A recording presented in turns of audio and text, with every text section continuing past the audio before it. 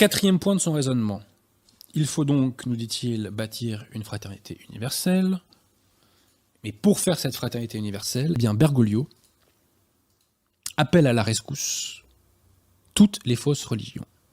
Alors que l'Église catholique fait la guerre aux fausses religions, parce que ce sont tout simplement des obstacles au salut, eh bien Bergoglio, lui, dans la lignée de la secte conciliaire de Jean-Paul II, etc., Bergoglio donne un rôle positif aux fausses religions, car celles-ci sont censées devoir bâtir la fraternité universelle. Donc, la secte conciliaire donne un rôle positif et central aux fausses religions pour l'édification de la fraternité universelle. Citation.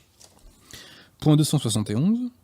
Les différentes religions, par leur valorisation de chaque personne humaine comme créature appelée à être fils et fille de Dieu.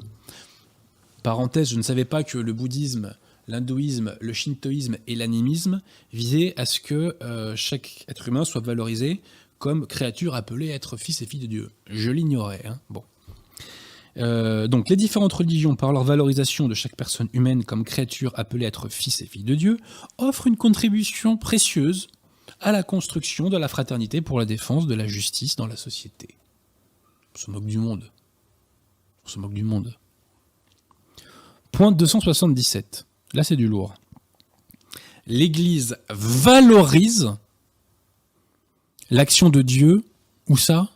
Dans les autres religions. Alors, je le dis calmement aux conciliaires qui nous écoutent.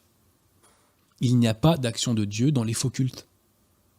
Je répète, parce qu'il faut que ça rentre, ça. Il n'y a pas d'action de Dieu dans les faux cultes. Tout simplement. Les dieux des païens sont des démons, nous enseignent les psaumes, psaume 96, verset 5. Il n'y a pas d'action de Dieu dans les autres religions, et jamais l'Église n'a valorisé les fausses religions. Jamais. Jamais, jamais, jamais. Ce qui est intéressant d'ailleurs, c'est le verbe valoriser, puisqu'il était déjà utilisé dans Querida Amazonia, où Bergoglio nous disait déjà qu'il fallait valoriser la mystique autochtone, c'est-à-dire la mystique pachamamienne, païenne et panthéiste des Amazoniens.